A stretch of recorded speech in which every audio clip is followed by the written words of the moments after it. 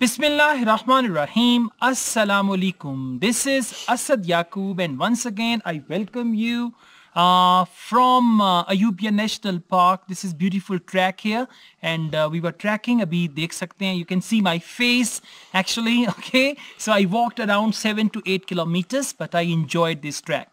In this video, I'm going to tell you the 3 parts of gender training IELTS reading test.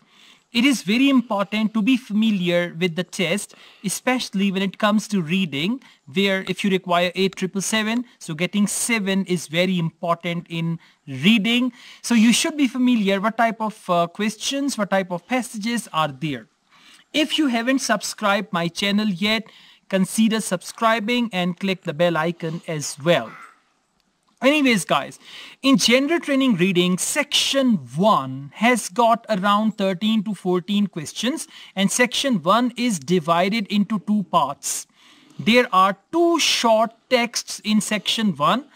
Sometimes this question type there is true, false, not given. They start gender training reading with true, false, not given. Otherwise, they start gender training reading which paragraph has the following information, right? Or otherwise it can be yes, no, not given as well, but they always start like that. So gender training reading section 1, there are 2 short passages and there are around 13 or 14 questions. Now, if you guys are targeting 7 or 7 plus, then I would advise you that on section 1, you should spend around 12 to 14 minutes. Not more than that. Because you know, you have section 3 that is very, very lengthy, very, very long. That is why my tip is on section 1, just spend around 12 minutes or 14 minutes. I mean 6 to 7 minutes on one short text, 6 to 7 minutes on other short text. Now, let's go on. Section 2, gender training reading. Again, there are 2 passages or 2 short texts, but now these texts are not very, very short. Still, there is going to be 1 page. So the questions are divided into 2 parts because in section 2, there are 13 questions. So these 13 questions are divided into 2 parts. Like first, they'll give you 7 questions, then they'll give you 6 questions. Most common question type in section 2 is sentence completion, fill in the blanks, flowchart completion, table completion, right? These type of questions are very, very common. And for section 2, my advice is you should spend around 16 to 18 minutes. Why? Because you have section 3, that is the lengthy one. So 16 minutes, that means 8 minutes on one passage or one text and 8 minutes on the other one. 16 to 18 minutes you got to spend on section 2, and there are 13 questions. Now let's move on to gender training reading section 3. There is only one long passage. Okay, so there is one long passage and there are around 14 questions, and usually there are 3 sets of questions. The first set, there is always like list of headings.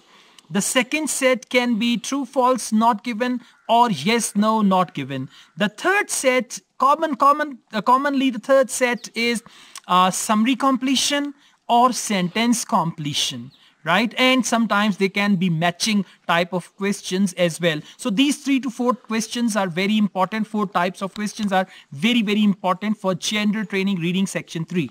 Now, I advise you all, because in gender training reading section 3, the passage is quite long, passage is difficult, the questions are tricky, so you need to spare around 30 minutes for section 3.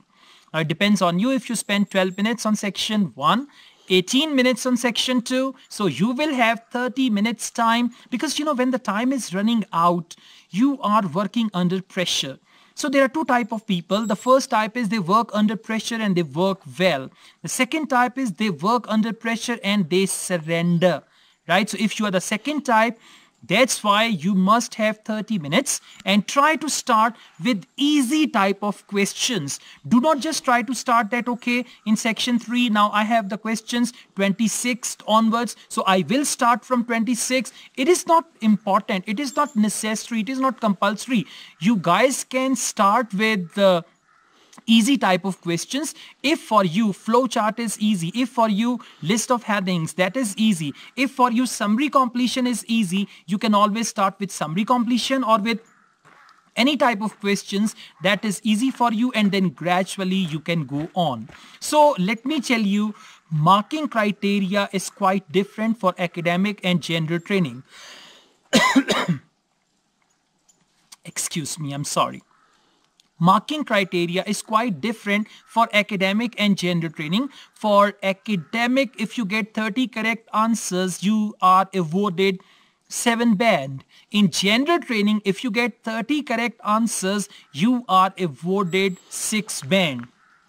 In order to get 7 band, you must have 34 correct answers in general training. So I would advise you should practice 35, 36 correct answers so that you don't leave any room for chance and anything like that. So again, good time management, number 1. Number 2, if you are familiar with the question type, that is important. Number 3, the amount of time which you spend on section 1, section 2, section 3, that is very important. And you have to work very fast. Work sharp and work fast for general training reading. And by the way, for general training candidates, the first 2 sections are not very difficult. I mean, section 1 is always very simple, very easy. Section 2 is also somewhat okay. Sometimes questions are confusing, but the passages are always easy. But in section 3, questions can be tricky. Even passage can be difficult. So you have to be very, very, very careful when you are doing section 3. That is why I have advised you already to spend around 30 minutes. And remember, they will not give you any extra time to transfer the answers to the answer sheet. At the same time, when you are done with section 1, write your answers down to the answer sheet, and I would recommend write all the answers on listening and reading answer sheet in block letters. Do not use small letters. Do not use first capital then small, because in small letters, you always fill the answer sheet towards the end of the test. When you fill the answer sheet towards the end of the test, you've got only short time. So if you use small letters and if you've got discursive writing, definitely the words, the letters, they overlap. And then for examiner, it's not the examiner, by the way, the invigilators, if there is anything like doubt, the invigilator will cross that and you will lose a precious mark. Sometimes one right answer can give you from 6.5 to 7 in listening, and one right answer can give you 6.5 to 7 band in reading. That's why don't take any risk. Try to solve the question answer sheet, listening answer sheet and reading answer sheet. And for that, it's a good idea to use capital letters. Write all capital letters, then write numbers if there is any number. If it is true, false, not given, try to write full TRUE, true, FALSE, false, and not given, and write it all in capital. So guys, thank you very much. These were few tips which I shared with you. If you have any question or query, you can just comment. If you want me to make a video on a certain topic, you can comment again and I will try to come up.